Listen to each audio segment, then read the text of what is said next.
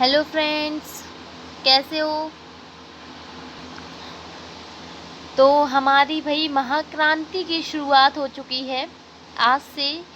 हमने आपसे कहा था और आपको बताया था, 2-3 दिन से हम आपको डेली बता रहे हैं कि आप लोगों के लिए एक महाक्रांति, जीएस की महाक्रांति शुरू होने जा रही है। किरण पब्लिकेशन की बुक के सारे क्वेश्चंस आप लोगों के लिए हम लेकर आ रहे हैं अपने चैनल पर। तो आज से हमारी ये क्लासेस शुरू हो रही हैं, तो सभी लोग तैयार रहिएगा। और अभी हम कुछ दिन लाइव नहीं पढ़ा पाएंगे, फिर हम बहुत जल्द से जल्द कोशिश करेंगे कि हम आपको लाइव पढ़ा पाएँ, ठीक है। तो जितने लोगों ने भी सबसे पहले तो चैनल को सब्सक्राइब नहीं किया है, वो लोग चैनल को सब्सक्राइब कर लीजिए, क्योंकि इसकी भी आपकी डेली क्लासेस आएंगी। हाँ, थोड़े क्वेश्चंस ज़्यादा कम हो सकते हैं, लेकिन आपको डेली इसकी क्लासेस मिलेंगी, ठीक है। और जितने भी एसएससी एग्ज़ाम्स हैं उन सब को कवर करेंगी ये बुक। सभी एसएससी एस्पिरेंट्स बहुत अच्छी तरीके से जानते होंगे, जैसा कि आपको थंबनेल में दिख रहा है, दिख ही गया होगा। तो इस बुक के बारे में एवरी एसएससी एस्पिरेंट जानता है अच्छी तरीके से। तो ये बुक बहुत इम्पॉर्टेंट होती है किसी भी एसएससी एग्ज़ाम के लिए, क्योंकि इसमें पीवाईक्यूज़ दिए हुए होते हैं। तो आज से हमारी उसकी क्लासेस शुरू हो रही हैं। आज हमारे में केवल 10 क्वेश्चंस हैं, लेकिन उनको भी हम बहुत अच्छी तरीके से पढ़ने की कोशिश करेंगे। आज हमारी थोड़ी फर्स्ट क्लास है ना, तो थोड़े छोटे टारगेट से शुरुआत करते हैं, लेकिन आपके लिए हम जल्द से जल्द और अच्छे से अच्छा ज़्यादा क्वेश्चंस लाने की कोशिश करेंगे। तो 1-2 दिन थोड़ा एडजस्ट कर लीजिए, ठीक है। 2-3 दिन थोड़े कम क्वेश्चंस आएंगे, थोड़ी छोटी क्लास होगी, लेकिन हम आपके लिए बहुत जल्द कोशिश करेंगे कि हम आपको लाइव पढ़ा सकें, ठीक है। हमारा मेन टारगेट है आपको लाइव पढ़ाना।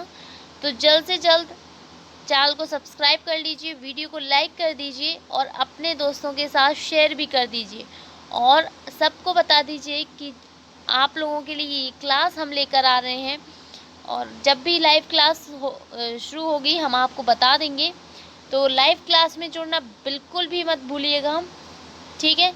तो फ़िलहाल तो आप ये रिकॉर्डेड वीडियो ही पढ़ लीजिए, उसके बाद हम लोग जल्द से जल्द लाइव क्लासेस लेंगे, ठीक है। तो चलिए शुरुआत करेंगे हम लोग आज की महाक्रांति की। सारे एसएससी एग्ज़ाम्स को फोड़ने की तैयारी शुरुआत करेंगे हम लोग, ठीक है। आ जाइए क्वेश्चंस की तरफ चलेंगे। तो सबसे पहले तो हम लोग आज पढ़ने वाले हैं भारत का इतिहास, ठीक है। आपका सबसे पहला चैप्टर, हमने आपको बताया है कि आपको भी यहाँ पर चैप्टर वाइज और टाइप वाइज क्वेश्चंस मिलेंगे। तो ये भारत का इतिहास है, और यहाँ पर प्राचीन भारत का इतिहास हम लोग यहाँ पर पढ़ने वाले हैं। ये टाइप 1 है, सॉरी यहाँ पर लिखना भूल गए हम। ये टाइप 1 है आपका, ठीक है, टाइप 1। और प्राचीन भारत का इतिहास हम लोग यहाँ पर पढ़ने जा रहे हैं। तो चलिए आ जाइए क्वेश्चंस की तरफ। पहला क्वेश्चंस आपके सामने है, निम्नलिखित में से किस हड़प्पा केंद्र के बारे में माना जाता है कि मेसोपोटामिया के साथ इसका सीधा व्यापार था, समुद्र व्यापार था। तो इसके ऑप्शंस हैं धौलावीरा, लोथल, कोटदिजी या रोपड़। तो इसका सही आंसर है ऑप्शन बी, लोथल, ठीक है। लोथल के साथ माना जाता है कि इसका सीधा समुद्र व्यापार था मेसोपोटामिया के साथ। तो यहाँ पर हमें कैसे पता चला कि मेसोपोटामिया के साथ समुद्र व्यापार था लोथल का, क्योंकि जो लोथल है, लोथल का जो हड़प्पा बंदरगाह है उसका पूरा अवशेष कहाँ पर मिला था हमें, खंबात की खाड़ी में। तो लोथल के जो हड़प्पा बंदरगाह शहर का पूरा अवशेष है वो हमें खंबात की खाड़ी में खंबात की खाड़ी में, इसके बारे में हम आपको लिख दिया करेंगे, ठीक है। आज पहली क्लास है ना, हमने कहा ना, तो 1-2 दिन आप लोग थोड़ा सा एडजस्ट कर लो, फिर हम आपको पूरा क्लियर सब कुछ लिखकर आपको बता दिया करेंगे, ठीक है। तो खंबात की खाड़ी में साबरमती की जो सहायक नदी है भोगवा नदी, साबरमती की जो साबरमती नदी है उसकी सहायक, साबरमती की सहायक नदी कौन सी है? भोगवा नदी।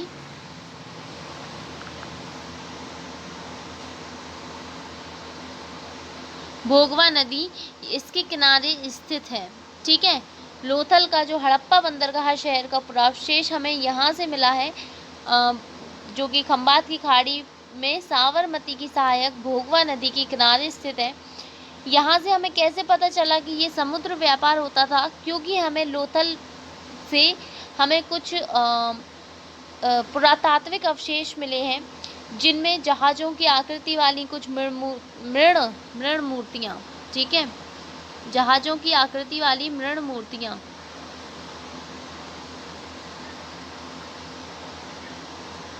जहाज़ों की आकृति वाली मृण मूर्तियाँ,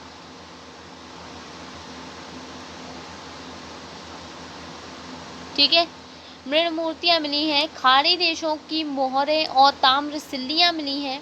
मणका निर्मात उद्योग के अवशेष हमें ये बताते हैं कि वहाँ पर यानी कि कुछ व्यापार टाइप था। ठीक है, लोथल एक सैंधव सभ्यता का एक प्रमुख नगर था जहाँ से व्यापार होता था। लोथल को हम लोग बंदरगाह भी लोथल एकमात्र बंदरगाह था हड़प्पा कालीन सभ्यता में, और वो क्या है? लोथल ही था। ठीक है, क्लियर? अगर आपको कोई कन्फ्यूजन हो रहा है, यदि आपको समझ नहीं आ रहा है कुछ भी, तो आप हमसे कमेंट करके पूछ लीजिएगा। इसके बारे में हम आपको पूरा लिख कर बता देंगे। ठीक है, लेकिन आज थोड़ा सा एडजस्ट कर लीजिए, हम इसके बारे में आपको लिख कर ज़रूर बता देंगे। ठीक है, पूरा आपको नोट्स मिल जाएंगे इसके, तो आप पूरा उतार सकते हो। बट आज थोड़ा सा उतना हो नहीं पाया है, मैं भी समझती हूँ, लेकिन आज केवल 10 ही क्वेश्चंस हैं, तो आप लोग समझ लीजिए जो भी इम्पोर्टेंट पॉइंट्स होंगे वो हम आपको ज़रूर बता देंगे क्वेश्चंस में। ठीक है, चलिए नेक्स्ट क्वेश्चन पर चलते हैं। अगला क्वेश्चन है, निम्नलिखित में से किस हड़प्पा कालीन स्थल से हल्का टेराकोटा प्राप्त हुआ है? इसके ऑप्शंस हैं धौलावीरा, वनवाली, हड़प्पा या लोथल।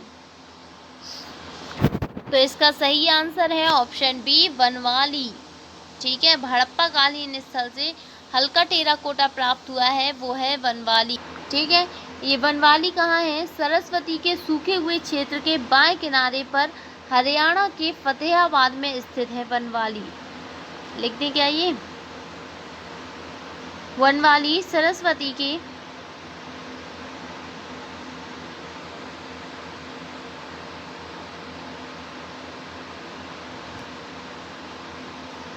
सूखे हुए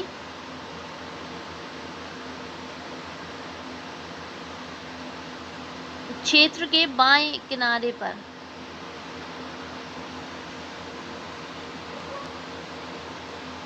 क्षेत्र के बाएं किनारे पर हरियाणा के फतेहाबाद में स्थित है। हरियाणा के फतेहाबाद में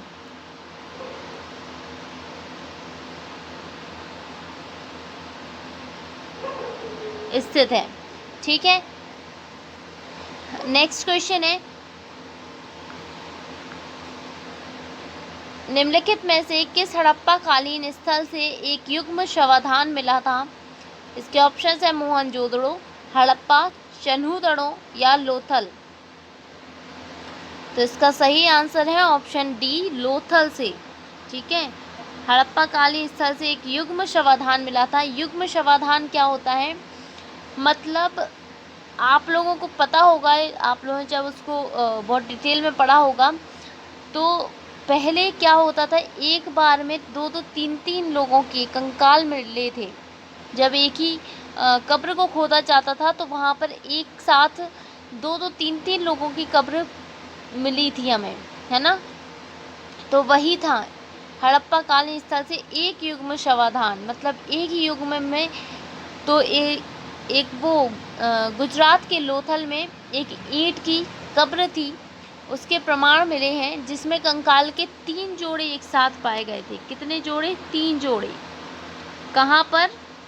गुजरात के लोथल में। ठीक है, गुजरात के लोथल में जब कब्र खोदी गई तो वहाँ पर शव के 3 जोड़े एक साथ पाए गए। इसमें 2 लोगों को एक साथ दफनाया गया था और पुरातत्वविदों का ये भी मानना है कि ये जोड़े के रूप में दफन थे, मतलब पति पत्नी इस टाइप के, ठीक है।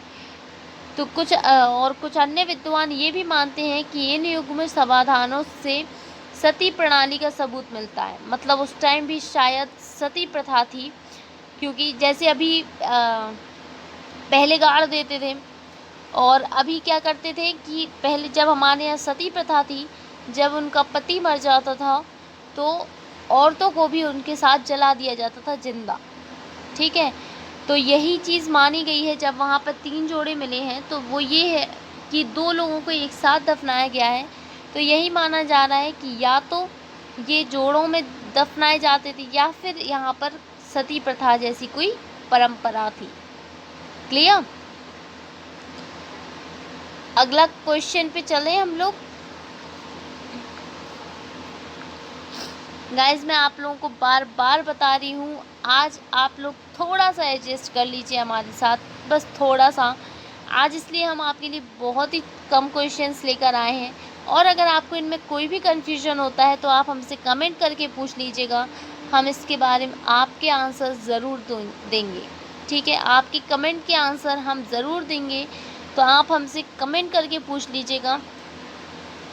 लेकिन आज हम थोड़ा सा कम लिख पाए हैं। आपके लिए कल से जो भी क्लासेस होंगी उसमें बहुत अच्छा कंटेंट आपको मिलने वाला है, तो आप लोग बिल्कुल भी स्किप मत कीजिएगा और सब्सक्राइब ज़रूर कर लेना चैनल को, ताकि आपको ये वाली वीडियोस डेली मिलती रहें, ठीक है। चलिए क्वेश्चंस पढ़ते हैं अब हम लोग। सिंधु घाटी 4 बड़ी प्राचीन शहरी सभ्यताओं का गृह था। अरे ये क्वेश्चन पूरा नहीं लिखा है, एक सेकेंड, इसके आगे क्वेश्चन लिख लीजिए आप लोग, ये क्वेश्चन पूरा नहीं लिख पाया। सिंधु घाटी 4 बड़ी प्राचीन सभ्यताओं का गृह था और निम्न में से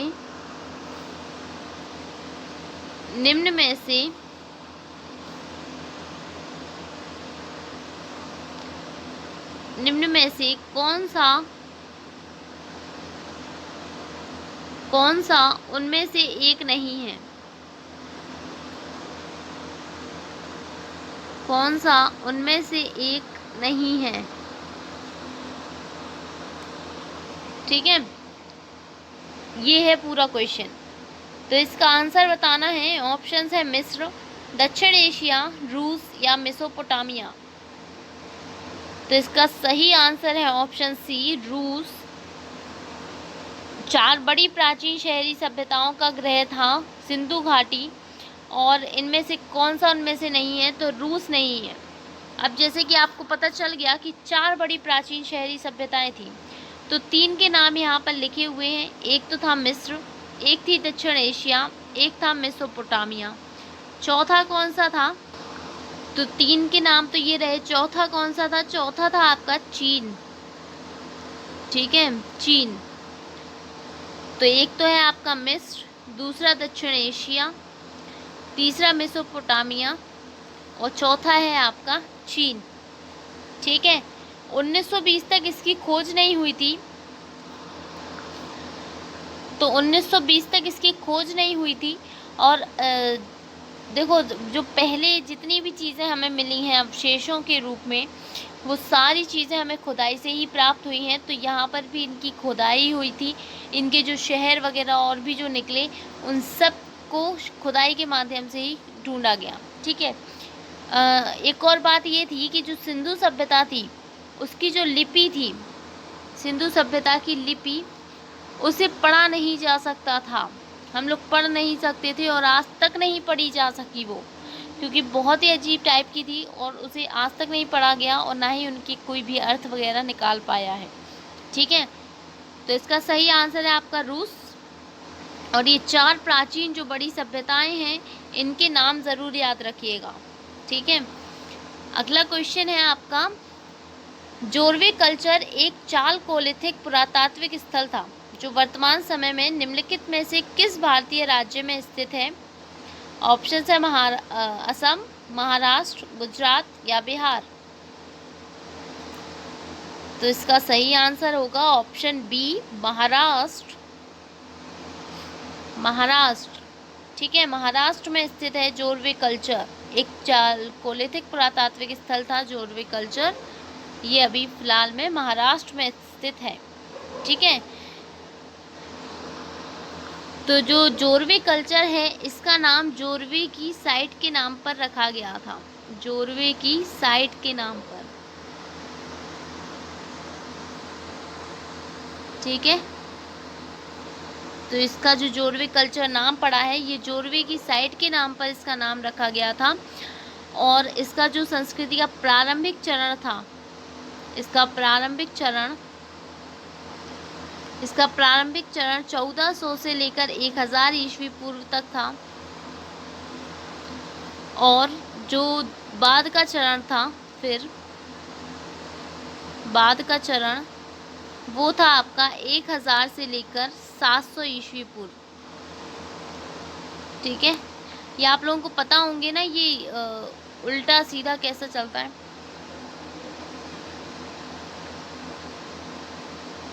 ये आप लोगों को पता है ना कि ये बड़े से लेकर छोटे तक कैसे चलता है, 1400 से 1000 कैसे आया। हम लोग कैसे पढ़ते हैं, 2001 से 2014 तक ऐसे ही पढ़ेंगे ना, लेकिन यहाँ पर उल्टा चलता था ईस्वी पूर्व में। ये आप लोगों को पता है या नहीं, यह हमें कमेंट करके आप लोग बता दीजिएगा कि आपको ये पता है या नहीं कि ये ईस्वी पूर्व में, अच्छा, ईस्वी पूर्व और ईस्वी, इन दोनों में ज़मीन आसमान का फ़र्क है।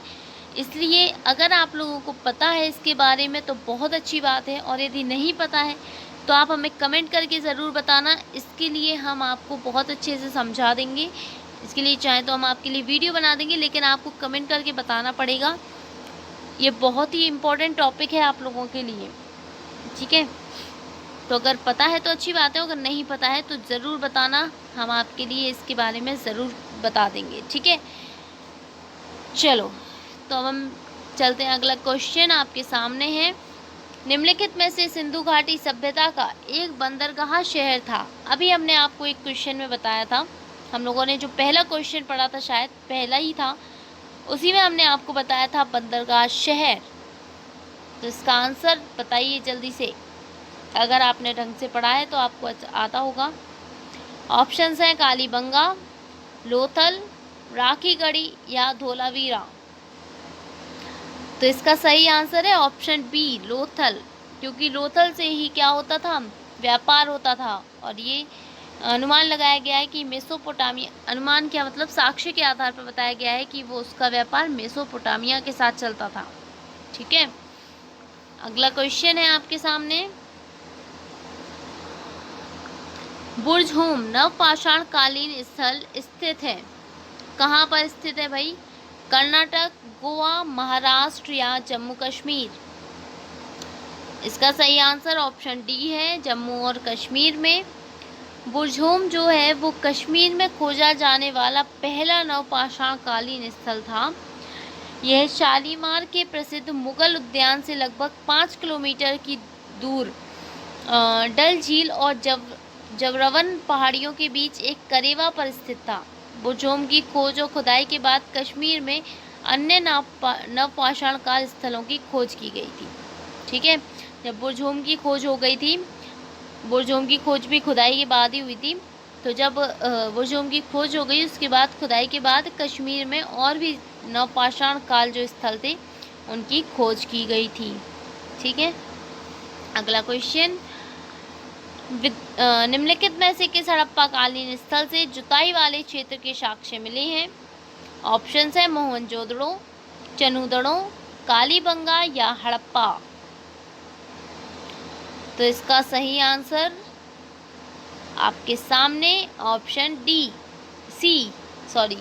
ऑप्शन सी है, सी, एक सेकेंड, हाँ, कालीबंगा, ठीक है, कालीबंगा। सबसे पहले तो कालीबंगा का अर्थ ही जान लीजिए। कालीबंगा का अर्थ होता है, कालीबंगा को यदि हम 2 पार्ट्स में डिवाइड करेंगे तो ये 2 शब्दों से मिलकर बना है, काली और बंजन, ठीक है, काली और बंजन। तो जो काली और बंजन, तो जो काली और बंजन का मतलब होता है काली चूड़ियाँ, ठीक है। इसका मतलब क्या होता है? काली चूड़ी या काली चूड़ियाँ, ठीक है। तो ये अर्थ ज़रूर याद रखना आप लोग, क्योंकि ये क्वेश्चन भी आ सकता है। तो इसको याद रखिएगा कि ये दो शब्दों से मिलकर बना है और इसका अर्थ काली चूड़ियाँ होता है, ठीक है। तो ये जो कालीबंगम है, सॉरी कालीबंगा, हाँ, तो ये उत्तरी राजस्थान में है। कहाँ है? उत्तरी राजस्थान में स्थित है, उत्तरी राजस्थान। और ये हड़प्पा स्थलों का तीसरा उत्खनित शहर था। ये भी याद रखना है आपको कि ये हड़प्पा स्थलों